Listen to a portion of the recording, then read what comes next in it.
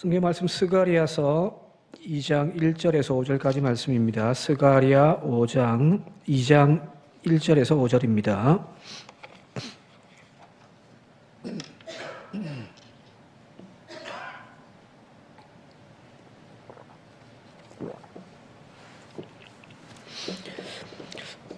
함께 한 절씩 교독하겠습니다. 내가 또 눈을 들어본즉 한 사람이 청량줄을 그 손에 잡았기로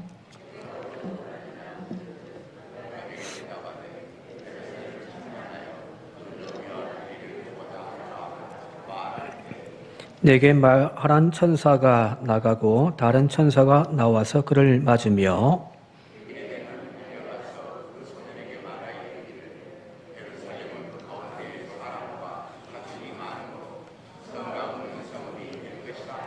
함께 읽겠습니다. 여호와의 말씀에 내가 불로 둘러싼 성곽이 되며 그 가운데서 영광이 되리라. 아멘. 학계와 동시대에서 활동했던 스가랴가 절망에 빠져있는 이스라엘을 향하여 절망하고 그냥 모든 것을 다 내려놓고 있는 그 이스라엘을 향하여 함께 성전 건축해라고 하는 그 메시지를 함께 붙들어 주면서 말씀을 전하는데요. 1장의 첫 번째 환상을 보았습니다. 그 환상의 결과가 어떻게 나와 있냐면 마지막 17절에 보니까 1장 17절에 첫 번째 환상 그 마지막 결론이 같이 한번 읽어볼까요? 그가 다시 외쳐 이르기를 만군의 여호와의 말씀에 나의 성읍들이 넘치도록 다시 풍부할 것이라. 여호와가 다시 시온을 위로하며 다시 예루살렘을 택하리라 하라 하니라. 성전 건축하라. 거기에 대한 위로의 말씀, 힘을 보돋아주는 말씀을 하고 있지만 그 근본적인 원인은 뭐냐? 그 하나님의 뜻은 뭐냐면은 내가 이 예루살렘을 다시 회복시키겠다는 거예요. 성전이 회복되어져야 우리의 마음의 밭에 하나님의 거룩한 성전이 회복되어져야 우리의 삶이 회복되어진 이 같이 가는 거란 말이에요. 교회는 반듯하게 세워지고 막 북적거리는데 우리의 삶은 더욱더 척박해지는 그런 그건 분명히 아니란 말이에요. 하나님이 원하시는 것은 성전 건축하라 그것이 아니라 바로 나의 성읍이 넘치도록 다시 풍족할 것이라. 여호와가 다시 시온을 회복하며 다시 예루살렘을 택하리라고 하는 그 말씀의 위로입니다. 이 예루살렘 성전 회복을 위한 이제 환상이 앞으로 이제 계속 이제 첫 번째, 두 번째, 세 번째, 여덟 번째까지 계속 이제 이어져 갈 것인데, 그리 본다고 한다면 오늘 이 아까 1장 17절 말씀을 토대로 본다고 한다면 하나님의 본심을 우리가 알 수 있잖아요, 그죠? 하나님 본심이 뭘까? 예레미야 29장 11절에 나와 있듯이 여호와의 말씀이라 너희를 향한 나의 생각을 내가 아나니 평안이요 재앙이 아니니라. 너희에게 미래와 희망을 주는 것이니라. 하나님의 본심이에요. 이게 하나님의 본심이란 말이에요. 하나님의 백성, 하나님의 자녀들에게 내려진 재앙, 형벌 결코 하나님의 미움에서 나온 것이 아니에요. 미워서 하나님 때리신 것이 아니란 말이에요. 하나님에게는 미움이란 없습니다. 착각하지 마십시오. 하나님이 나를 미워하셔서 하나님이 나를 때리셨다. 아니에요. 하나님은 사랑뿐입니다. 내가 하나님 앞에 정말 못나서 하나님이 화가 나셔가지고 미워서 나를 때렸다. 아니에요. 하나님은 다시 말씀드립니다만 미움은 없습니다. 그분의 책찍질, 그래서 내가 상처받고 내가 아파하고 내가 주저앉아 있지만 결국에는 하나님은 그 상처를 싸매시고 다시금 치유하여 회복시키시는 것이 바로 하나님의 본심이십니다. 그래서 하나님의 자녀가 평안하기를, 하나님의 자녀들이 형통하기를 원하시며 그 길로 인도해 가시는 분, 그분이 바로 하나님이십니다. 바로 이 하나님의 사랑과 뜻을 이해하고 수용하고 겸허히 그 길을 걸어가는 저와 여러분들 되시길 바랍니다. 그래서 뭐 큰 아픔 가운데 주저앉았다고, 근데 다 끝났다고 우리 스스로가 포기하지 않기를 바랍니다. 하나님은 여전히 우리를 회복하여 하나님의 자녀로 이끌고 가신단 말이에요. 그렇죠? 잠시 한번 넘어졌다고 실패했다고 절망하고 거기 주저앉아 있음이 아니라 또 일어나 걸어가는 저와 여러분들 되시길 바랍니다. 아이들 걸음걸이 할 때 한 걸음, 두 걸음, 세 걸음 막 박수 치면서 기뻐하잖아요. 주저앉아 버렸어요. 그때 아빠가 뭐라고 이야기합니까? 부모는요. 일어나 할 수 있어 하면서 그죠. 또 일어나서 또 한 걸음, 두 걸음, 세 걸음, 네 걸음 걷다가 또 주저앉아도 너무너무 기뻐하신단 말이에요. 하나님은 일어나 걷는 것을 기뻐하시지 내가 걷다가 실패하여 주저앉아 버린 그것 자체를 하나님은 화내시는 분이 아니라는 겁니다. 오늘 여기 아까 1장 17절에 이 성읍을 넘치도록 다시 풍부하게 할 것이라 여호와가 다시 시온을 위로하며 다시 예루살렘을 택하리라. 이것이 사실은 스가랴 이야기의 전체 내용입니다. 자, 오늘 이제 두 번째 환상, 세 번째 환상을 좀 살펴보도록 할 건데요. 두 번째 환상은 1장 이제 18절부터 나오는데 18절과 19절 스가랴 1장 18절과 19절 같이 한번 읽어보도록 할게요. 시작. 내가 눈을 들어본즉 네 개의 뿔이 보이기로 이에 내게 말하는 천사에게 묻되 그들이 무엇이니까 하니 그가 대답하되 이들은 유다와 이스라엘과 예루살렘을 흩뜨린 뿔이니라 하는 겁니다. 여기 이제 네 개의 뿔이 탁 보이는 거예요. 네 개의 뿔이 보이고 나중에 이제 20장부터는 네 명의 대장장이들이 나오는데 여기 뿔이란 이 시대의 그 관념적으로 생각하는 뿔이란 우리 뿔 났다고 하잖아요, 그죠? 화났다고 하면서 이렇게 머리에 표시하잖아요. 이 뿔이란 뭐냐면은 힘과 명예와 존엄입니다. 힘이에요. 권능이에요, 권능. 그래서 요한계시록에 뭐 10개의 뿔이 달린 짐승이 그도 나오잖아요. 힘이 있는데 10개나 달려있으니 이건 엄청난 힘을 가지고 있는 로마 제국을 뜻하는 거거든요. 다른 어떤 것과 비교할 수 없는 힘, 권능. 근데 그것이 4개란 말이에요. 그게 다니엘서라든지 요한계시록의 환상에 나와 있는 표현들 하면은 그것은 아마 4개의 제국으로 표현할 수 있겠습니다만은 그런 어떤 특별하게 바벨론이니 페르시아니 그런 개념이 아니라 이 사라고 하는 개념. 자, 유대인들에게 있어서 숫자의 개념은 아마 기본적인 것은 다 알고 계실 거예요. 3은 무슨 숫자죠? 3. 3은 하늘의 숫자고 완전수란 말이에요. 성부, 성자, 성령. 그죠? 삼위일체 하나님. 하늘에 속하 있는 숫자가 3이고 그건 완전수예요. 자, 그럼 4는요? 4는 요한계시록 때 다 했는데 4는 땅의 숫자입니다. 그러면 이 4는 뭘까요? 동서남북인 거예요. 옛날에 이 시대만 하더라도 지구가 둥글다라고 하는 생각은 전혀 가지지 못한 거죠. 그죠? 평면이에요. 평면에 세상을 이해하고 있었던 시대이기 때문에 그 네모 반듯한 세상 그게 바로 땅이란 말이에요. 땅이라는 사라고 하는 숫자는 바로 이 땅에 대한 숫자입니다. 근데 그게 땅으로서 완전함이죠. 그죠? 3과 4가 합쳐진 그거는 7이 되어지고 그건 이제 완전수인 거예요. 자, 그런데 여기 4개의 뿔이 존재하는데 땅의 권세인데 그 힘이 엄청나다는 거잖아요. 그죠? 그래서 바로 오늘 여기 나와 있듯이 유대와 이스라엘과 예루살렘을 흩뿌린 뿔이니라. 이스라엘을 유다를 괴롭혔던 세상 권세입니다. 그걸 굳이 어떤 제국의 이름을 붙일 필요는 없고요. 땅의 권세가 세상을 이스라엘 백성들을 흩어버린. 자, 그때 다시 눈을 들어보니까 새로운 환상이 보이는데 20절과 21절입니다. 1장 20절, 21절 같이 한번 볼게요. 시작. 그때에 여호와께서 대제사장이 4명을 내게 그 뿔들이 유다를 흩뜨려서 사람들이 능히 머리를 들지 못하게 하니 이 대장장이들이 와서 그것들을 두렵게 하고 이전의 뿔들을 들어 유대 땅을 흩뜨린 여러 나라의 뿔들을 떨어뜨리려 하느니라 하는 겁니다. 여기 이제 앞서는 네 개의 뿔이 땅의 권세를 가지고 하나님의 백성들을 괴롭히고 그들을 흩어뜨렸던 그 네 개의 뿔이 등장하고 이번에는 망치를 들고 있는 대장장이. 대장장이란 말은 하라시, 히브리 말로 하라시인데 돌을 다듬는 사람들.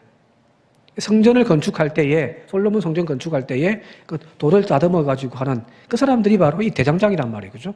그죠? 흔히 뭐 목수라고도 할 수 있고요. 이 네 개의 뿔을 하나님의 백성 이스라엘과 유대의 백성을 짓밟아버리고 착취하고 억압함을 통하여서 수치를 굴욕을 안겨주었던 이 세상의 권세, 이 네 개의 뿔에 대하여서 하나님이 지금 그들을 대항하기 위하여 4명의 대장장이들을 보내셨다라는 거거든요. 자, 그런데 여기 앞서 이야기했듯이 이 대장장이 하라실은 돌을 다듬는 사람이라고 했잖아요. 그죠? 건축하는 사람. 자, 신약 성경에서 이 목수로서 직업을 가졌던 분이 한 분 계세요. 누굴까요? 예수님이죠. 그죠? 우리가 알고 있는 예수님, 이 목수라고 하는 단어가 테크톤인데, 헬라 말로. 테크톤이 정확하게 지금 이런 나무로 막 깎아가지고 이런 거 만드는 사람이 아니라 정확한 테크톤의 뜻은 뭐냐면은 돌을 다듬는 사람입니다. 이 당시에 집을 짓는다는 것은 나무로 집을 짓지 않는단 말이에요. 유대에 가보십시오. 전부 돌이거든요. 돌로 다 건축을 하는 거예요. 그래서 망치로, 정으로 돌을 다듬어서 건축하는 사람, 그게 테크톤이고 그게 예수님의 직업입니다. 자, 그러면 지금 이스라엘 백성들이, 하나님의 백성들이 짓밟혀가지고 힘이 없어서 지금 수치를 당하고 이 네 개의 뿔로 말미암아, 그죠?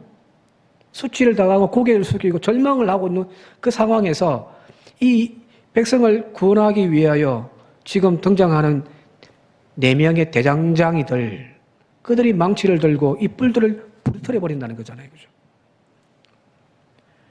예수님의 사역이, 대장장이였던, 목수였던 그 예수님의 사역이 그런 거 아니었나요? 힘없고 약한 자들을 짓밟고 수치와 굴욕을 입혔던 그 자들을 향하여, 그 뿔들을 향하여 하나님은 진리의 망치를 들고 그들과 싸웠던 분이잖아요. 그죠? 왜 예수님이 목수였을까? 오늘 이 본문 말씀과 연결시킨다고 한다면 바로 이 권세의, 세상의 권세로 오늘도 힘없고 나약한 그들을 짓밟고 수치를 당하게 하고 흩어져 뿌리는, 그들을 무너뜨리는 진리의 망치를 들고 계신 분이 바로 예수님이시라는 겁니다. 예수님 당시에 가장 강력했던 힘이 뭐냐면 유대 사회에서 율법입니다. 그죠? 그 율법을 움켜쥐고 자신들의 권세를 과시했던 그 종교 지도자들, 4개의 뿔이라고 할 수 있죠. 그래서 마태복음에 나와 있는 화 있을진저, 화 있을진저. 그 이유가 뭘까요? 자신들이 가지고 있는 힘으로 힘없는 백성들을, 안식일을 오늘도 지킬 수 없는 그 나약한 백성들을 향하여 율법의 잣대로 너희들은 죄인이야, 죄인이야, 낙인 찍어버리든 자신들의 공동체에서 몰아내든 그들을 주님은 지금 진리의 망치를 들고서 그 뿔들을 깨뜨리시는 거잖아요. 안식일 논제, 안식일 날 회당에 가가지고 예배는 잘 드리고 하면 될 건데 거기에 보니까 손 마른 자가 있으니까 주님도 참 재밌으신 분이죠.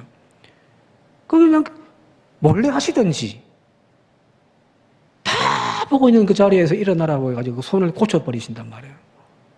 그러면서 안식일을 위하여 인간이 있는 것이 아니라 안식일이 인자를 위하여 있는 것이다 라고. 무슨 말인가요? 그 당시에 가장 강력했던 안식일이라고 하는 규정을 주님은 망치로 부숴버리는. 주님은 대장장이신 거죠. 적어도 복음서에서 소개하고 있는 예수님의 모습은 오늘 여기 나와 있는 대장장이들, 하라시인 겁니다. 따라서 예수를 믿고 그분을 뒤따른다라고 하는 것은 바로 이런 권력과 힘을 이용해서 높은 자리에 앉아서 그걸 이용하여 갑질하고 힘없는 사람들에게 수치와 굴욕을 안겨다 주는 그것에 대하여 거부하고 함께 싸워나가는 겁니다. 이런 문화와 질서를 거부하고 힘없고 약한 자들을 위하여 편이 되어주는 것, 그게 바로 교회가 하는 것이고 예수 믿는 것입니다. 군대 가면 고참들이 얼차례를 많이 하거든요. 폭력을 많이 쓴단 말이에요. 내가 신병 때, 내가 쫄따구 때 고참들로부터 매일 얻어맞았다고 해서 내가 고참이 되고 난 다음에 똑같이 그렇게 한단 말이에요. 거기 수십 년째 군대의 역사를 이루어왔단 말이에요. 그죠? 계급 힘 가지고 아래 사람을 엄청나게 짓눌렀단 말이에요. 나쁜 그 문화를 우리는 바꾸지를 않았단 말이에요. 예수 믿는다는 것은 뭘까요? 내가 얻어맞았기 때문에, 내가 고통당했기 때문에 나는 내 부하들에게는 그렇게 하지 않겠다라는 것. 그게 바로 하야시가 되는 겁니다. 하라시요.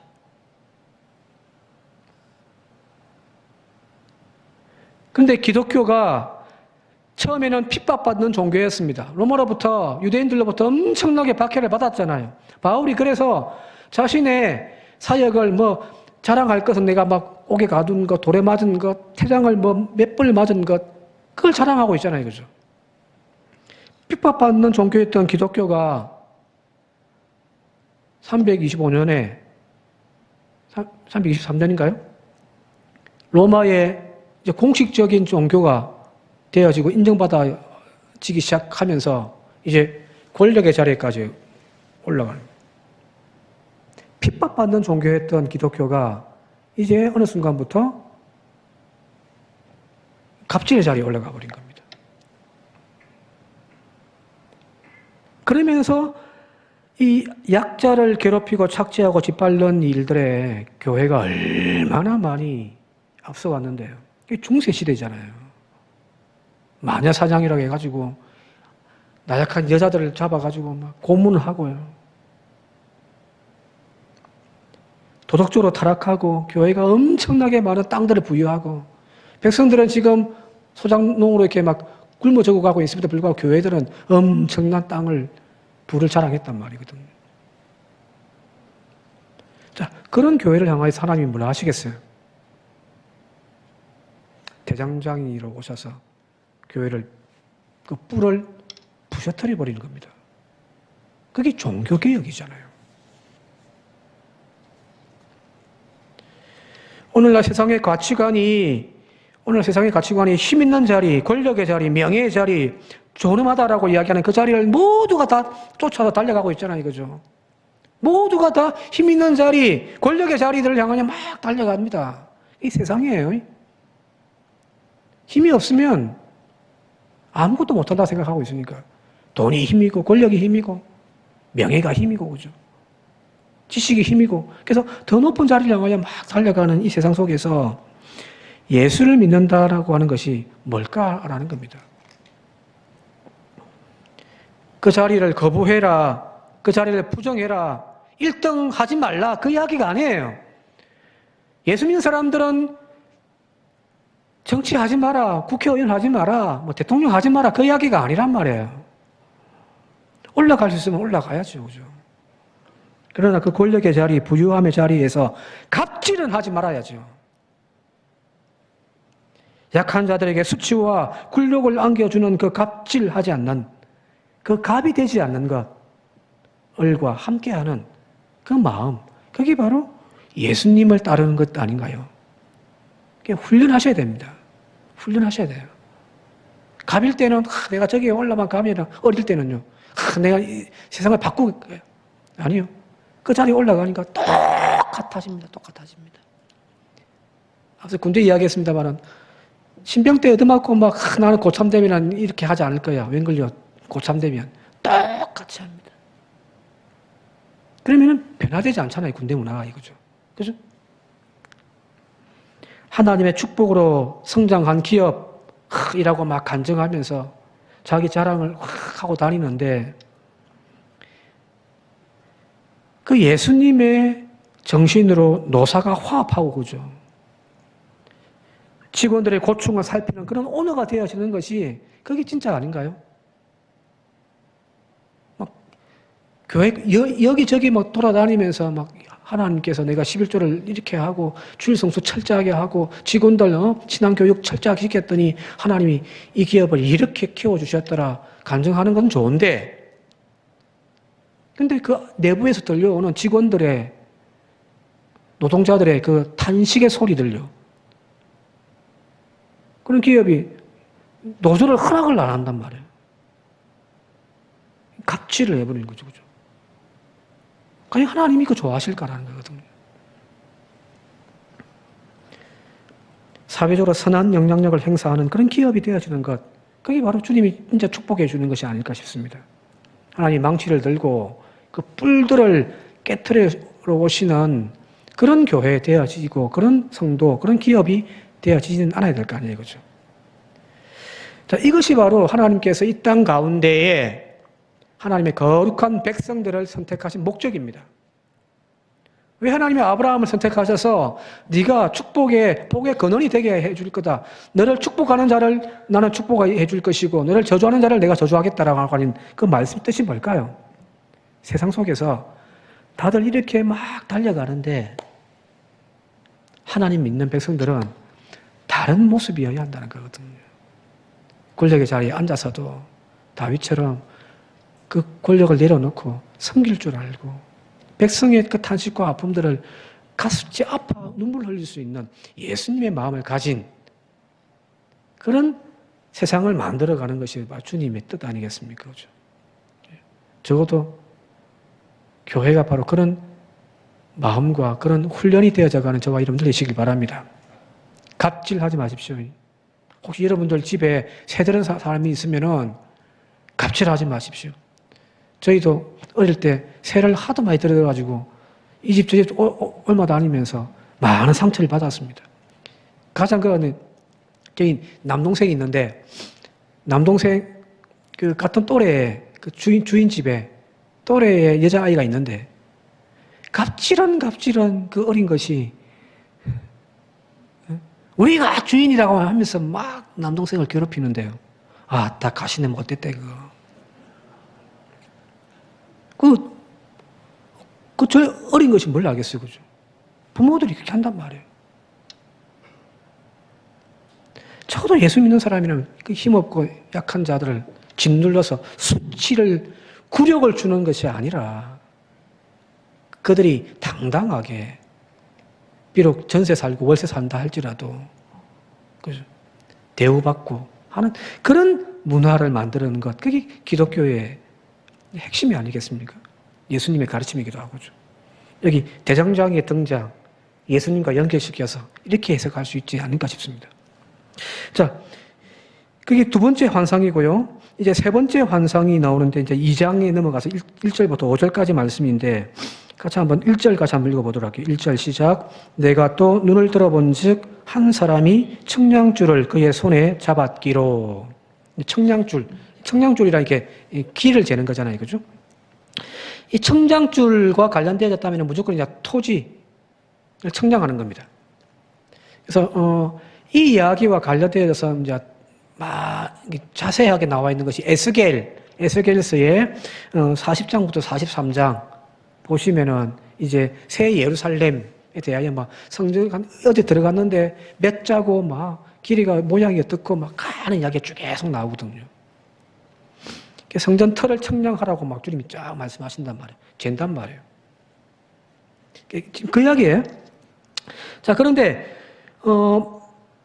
그 새 예루살렘에 대하여 하나님이 세우실 새 예루살렘에 대하여 이제 환상을 보여주시는데 4절 말씀 같이 한번 볼게요. 4절 말씀. 4절 같이 한번 읽어보겠습니다. 시작. 이르되 너는 달려가서 그 소년에게 말하여 이르기를 예루살렘은 그 가운데 사람과 가축이 많으므로 성곽 없는 성읍이 될 것이라 하라 하는 겁니다. 이제 하나님이 새롭게 회복할 예루살렘, 새 예루살렘에 대한 이야기를 하시는 거예요. 하나님이 건축하실, 세우실. 근데 그 성곽의 특징이 여기 나와 있듯이 성곽 없는 성읍입니다. 여러분, 또 우리가 성하면은 가장 큰 특징이 뭐냐면은 성벽이거든요. 그냥 일반 평지에 벽을 하나 동그랗게 탁 쌓아버리면 이게 안에가 성이 되는 겁니다. 이게 성곽이란 외부로부터의 공격을 보호하기 위한 목적이거든요. 이게 성곽이거든요. 며칠 전에 글을 보다 보니까 도요토미 히데요시가 오사카 가면 교토가 이제 오사카가 이제 오사카 성이 있는데 그 성 바로 앞에 보게 되면 조그만 마을이 있습니다. 옛날식 집들이 막 있다고 합니다. 관광객들이 이제 오사카 성을 가기 위해서는 그 마을도 지나간다고 하는데, 도요토미 히데요시가 만든 것이 이제 이 성이거든요. 근데 그 성 밖에 마을을 만들어 놨는데, 이 마을을 만들어 놓은 이유가 뭐냐면은 외부로부터 침입해 올 때에 뻥 뚫려 있으면 그대로 들어오잖아요. 그죠? 그러니까 방어의 목적으로 백성들이 살 수 있는 집들을 막 만들어 놨다고 하더라고요. 성 밖에 있으면 모든 위험으로부터 다 받는 거죠. 그죠? 근데 성 안에 있으면요, 적어도 보호를 받는단 말이에요. 성 안에 있는 사람과 성 밖에 있는 사람, 이거는 완전 다른 차원입니다. 모든 사람들이 성 안에 주민이 되기를 원하는 거예요. 하단 도성도 마찬가지일 거고요. 자, 그런데 여기 보니까 성곽이 없단 말이에요. 성벽이 없다는 이야기입니다. 그 말은 무슨 말일까요? 어떤 추석 축복에 되어지면은 이제 구별하기 위한 하나님의 백성 이스라엘이라고 하는 것을 이제 이방인과 구별하기 위하여 했는데, 이제 하나님께서 그 구별을 없애버리시고 이방인들까지도 하나님의 자녀 삼으신 것이다. 그래서 성곽을 없애버렸다. 이렇게도 해석하기도 하는데, 그것보다는요, 자, 보세요. 지금 성곽이 없다고 했잖아요. 그죠? 지금 스가랴가 예언을 전하고 있는 그 당시의 이스라엘 백성들의 상황이 어떠냔 말이에요. 몇 번 이야기했는데요. 지금 이 이야기를 듣고 있는 이스라엘 백성들의 상황이 예루살렘에 살고 있기도 하고 그 주변에 살고 있는 사람들의 상황이 뭐냐면, 예루살렘 성곽이 있다 없다? 성곽이 있습니까 없습니까? 이 당시에 다 무너졌다라고 했잖아요. 성곽이 없어요. 바벨론과 전쟁을 하면서 다 때려 부셔버린 거예요, 성벽을. 안에 있는 거 다 불태워버리고, 하나의 성전도 다 무너뜨려 버리고요. 돌아와 봤더니 그대로 황폐해 있는 거예요. 바벨론 전쟁으로 인하여서 무너져버린 예루살렘 성벽으로 인해서 지금 그들은 모든 위협과 어려움 속에 방치되어 있는 거예요. 그 현실이에요. 그죠?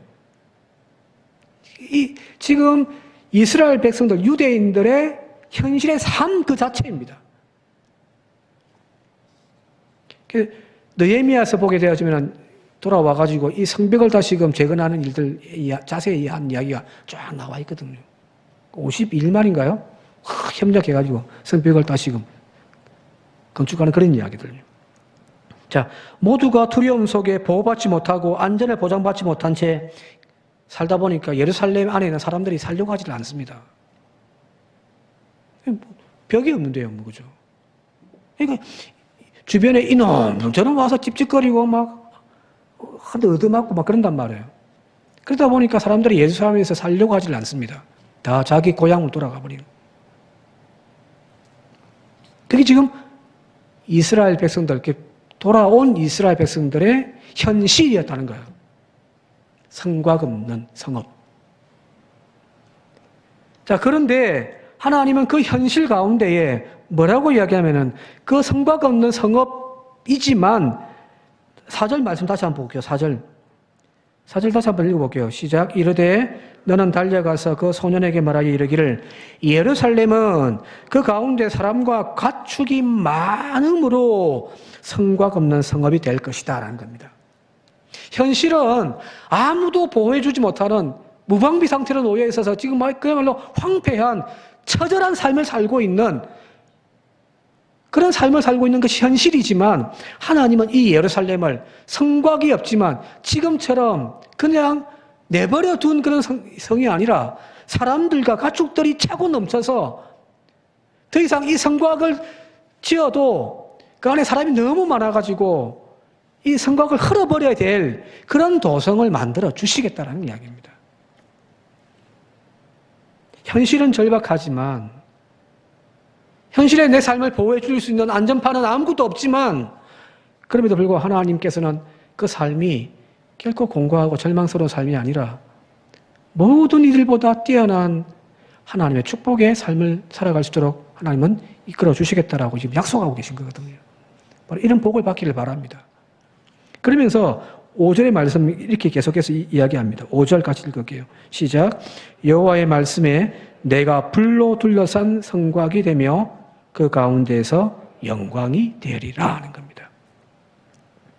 하나님께서 친히 그 이스라엘 백성들 오늘 우리의 삶에 성곽이 되어 주시겠다는 겁니다. 하나님의 팔이 오늘 우리의 삶에 보호막입니다. 세상의 그 어떤 힘과 권력으로도 뚫을 수 없는 불로 둘러싼 성곽 주님이 되어 주시겠다는 거거든요. 그 환상을 지금 보여주시는 거잖아요. 오늘 저와 여러분들 가운데 이 환상이 보여지길 바랍니다. 많은 교인들이 질병의 문제 때문에 아까 기도했습니다마는 어떤 물질의 문제 때문에 아파하고 힘들어하고 말 그대로 진짜 막 보호막 없는 절박한 그 상황 속에서 막 두려워하고 염려하고 걱정하고 하는 삶을 살아가고 있단 말이에요. 그죠? 그래서 자꾸만 돈이 없는 사람들은 돈을 더 쫓아가서 돈으로 내 삶을 좀 벽을 쌓아보려고 안전하게 좀 살아보려고 하고, 힘없는 사람들은 권력을 쫓아가가지고 권력의 힘으로 내 성벽을 좀 만들어 보려고 막 애쓰고 몸부림치고 있잖아요. 저마다 다 지금 성벽을 막 쌓아가려고 하고 있단 말이에요. 왜? 내 삶의 안전을 위해서. 여러분들, 돈이 무너지고 건강이 무너지고 세상의 권세가 무너졌다라고 해서 여러분들 내 삶이 그대로 다 위험에 노출되어 있는 것만은 아님을 고백하시기 바랍니다. 왜요? 하나님이 오늘 우리의 삶에 성곽이 되어 주시겠다고 하잖아요. 주님의 팔이 오늘 우리를 안아주시겠다고 하잖아요. 그걸 볼 수 있는 눈이 저와 여러분들 가운데 있기를 주님 이름으로 축원드립니다. 그 말씀하고 마칠게요. 아까 1장에 보면은 환상을 보는데 눈을 들어 본즉 보이더라 이렇게 됐거든요. 오늘 1절로 말씀도 또 마찬가지예요. 환상들 계속 보면은 거의 비슷한 표현이 나오는데 눈을 들어 본즉 이라고 됐단 말이에요. 보이더란 말이에요. 뭐가요? 하나님의 환상이에요. 절망하고 고개만 숙이고 있는, 오늘도 탄식하고 오늘도 어떻게 살아야 할지 몰라가지고 눈물만 흘리고 있는 그 삶에는 문제만 보이지 하나님의 나를 붙들고 있는 그 하나님의 팔이 보이질 않는 거예요. 눈을 들어 주님의 능력의 팔을 오늘도 나를 붙잡고 있고 오늘도 나의 삶을 부둥켜 안고 계시는 그 주님의 강한 팔을 볼 수 있는 눈들이 열려지기를 마지막으로 주님의 이름으로 축원드립니다. 함께 기도드리겠습니다. 아버지 하나님, 짓밟아 흩어져 수치를 안기는 그 뿔들을 향하여 대장장이들의 망치를 통하여 그 뿔들을 부르터리시듯이 오늘 주님께서는 약하고 힘없는 자들을 짓밟고 오늘도 그것으로 자신의 삶의 기쁨을 누리고 있는 자들을 향하여 진리의 말씀으로 망치를 들어 부수고 또 부수시는 주님임을 저희들 기억하게 하옵소서. 하나님, 우리 사회가 갑질하는 문화가 넘쳐나고 있지만 계급장이 아버지 하나님 힘이고 권력이겠지만 약자들의 편에서 그들의 눈물을 닦아주고 그들의 숙여진 고개를 이렇게 세워줄 수 있는 그런 교회 되게 하여 주시옵소서.